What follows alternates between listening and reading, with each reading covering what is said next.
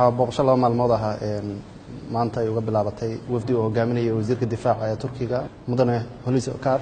iyo taliyayaasha ciidamada qalabka sida ee Turkiga sida ciidamada badda dhulka iyo cirka wafdigu waxaa madaxtooyada qaranka ku qaabilay madaxweynaha Jamhuuriyadda Federaalka Soomaaliya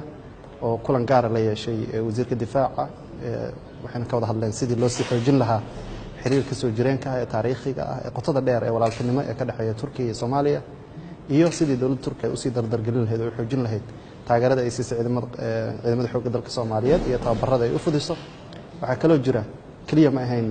booqashada wafdigan mid ku saabsan arrimaha amniga ciidamada oo kaliya waa sidoo kale sidii sare loogu sii qaadi lahaa meel wanaagsan loo sii gaarsiin lahaa xiriirka walaaltinimo ee ka dhaxeeya labada dal sidaan ognahay Turkiga waa dalka ku soo jeediyay indhaha caalamka dalka Soomaaliya iyadoona saaxiibo badan adduunyada ku haysan iyadoona garab far badan aan haysan waxaana rabnaa dareenka walaaltinimo iyo dareenkaas qalbi wanaaga iyo dhiig wanaaga iyo dhaqan wanaaga ku salaysan oo ah mid qarniyo soo jiray in la sii dardargeliyo lana sii xoojiyo wafdiga waxaa qaabilay sidoo kale madaxtooyada ku qaabilay ra'iisul wasaaraha xukuumadda federaalka Soomaaliya mudane Xasan Cali Khayre iyo wasiirka gaashaandhigga taliyaha ciidamada qalabka sida iyo saraakiisha ugu sarreeyay ciidamadeena waxaan rajaynaynaa insha Allah in wada hadalladooda ilaa berri ay sii socon doonaan